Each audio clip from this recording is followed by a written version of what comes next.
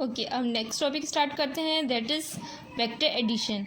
Vector addition क्या है? When adding vectors we are concern only with their net result. कि अगर हम वेक्टर को ऐड करेंगे तो हमारा क्या किससे कंसर्न है कि नेट रिजल्ट क्या आ रहा है।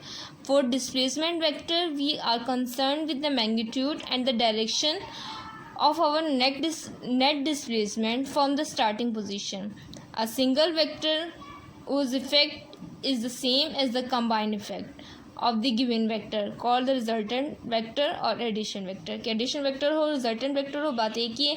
लेट सपोज हमारा एक वेक्टर ए ये है, बी वेक्टर की डायरेक्शन हम थोड़ी चेंज कर लेते हैं ताकि हमें क्या हो, थोड़ा डिफरेंस पता चले। एक हमारा वेक्टर हमारे पास ये बी वेक्टर है, ठीक है। अगर हम इसको कंबाइन करेंगे मीन्स ऐड करेंगे तो एक डायरेक्शन यहाँ है और दूसरी डायरेक्शन यहाँ है, तो जो ये वेक्टर है ये बी वेक्टर है, जो रिजल्टेंट वेक्टर होगा वो यहाँ, ये जो हमारा वेक्टर है ये हमारा क्या है, रिजल्टेंट वेक्टर है। मतलब यहाँ से लेके यहाँ तक का जो वेक्टर है वो हमारा क्या आ रहा है, रिजल्टेंट वेक्टर आ रहा है, ठीक है।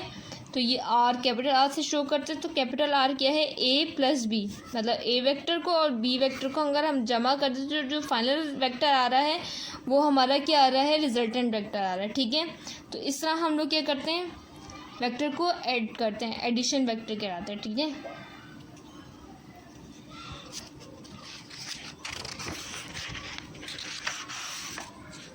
अब है resolution of a vector. Resolution of vector क्या है, resolution means subtraction of vector भी कह सकते हैं हम इसको।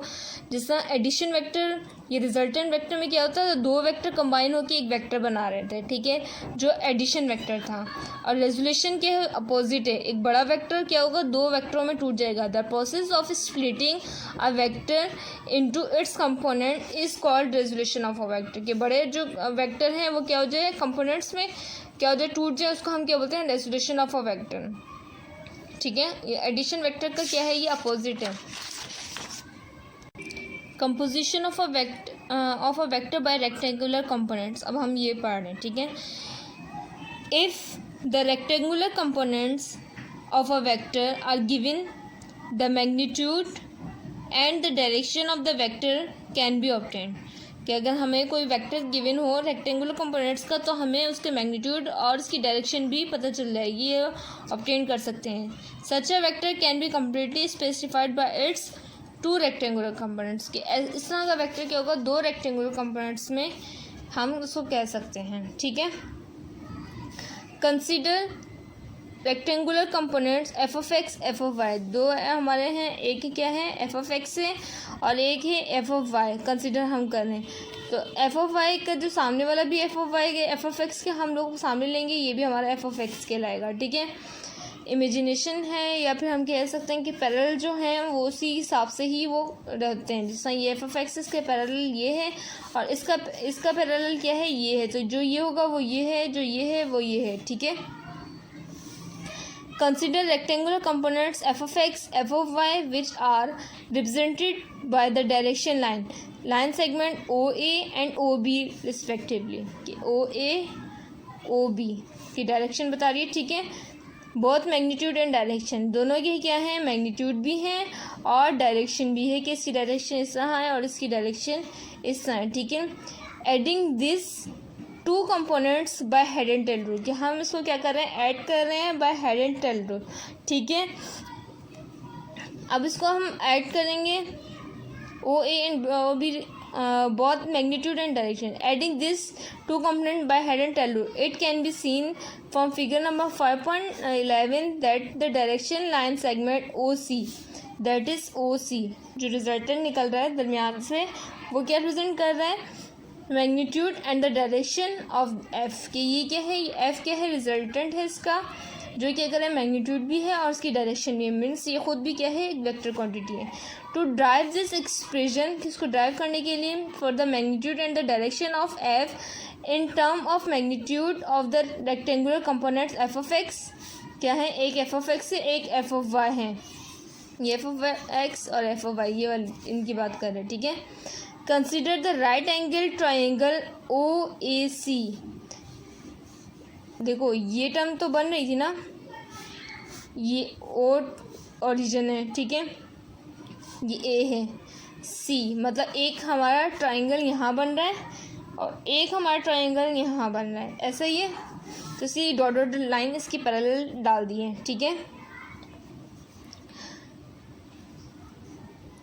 By using Pythagoras theorem, Pythagoras theorem क्या होता है? अब देखो एक ट्राइंगल बन गया, राइट एंगल ट्राइंगल है, तो it's mean Pythagoras theorem apply किया जा सकता है।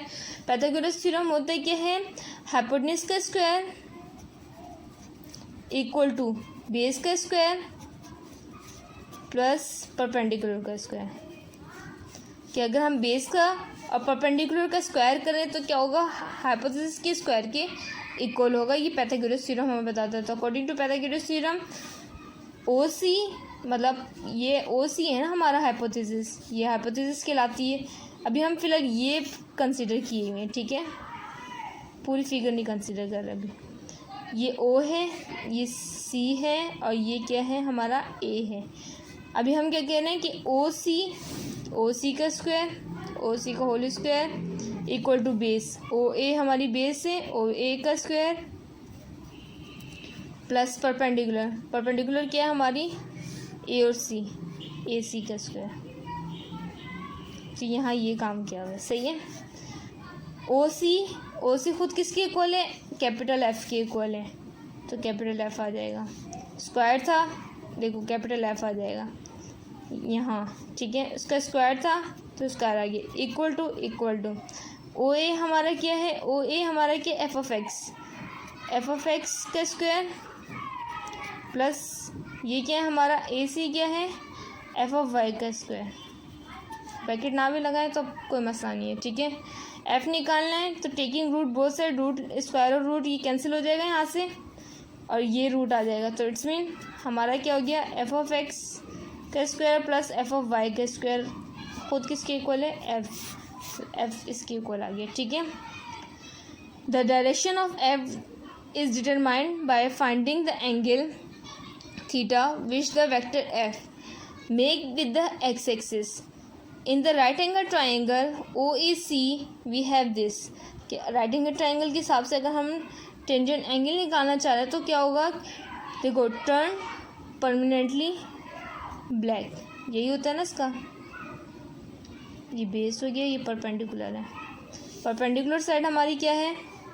ये परपेंडिकुलर साइड है, ये बेस है। परपेंडिकुलर साइड क्या है हमारी? एफ ऑफ वाई, बेस की हमारा एफ ऑफ एक्स। ये आगे टर्म थीटा चाहिए, टेन को उधर भेजेंगे तो इन्वर्स बन जाएगा, tan inverse equal to F of Y upon F of X, ठीक है।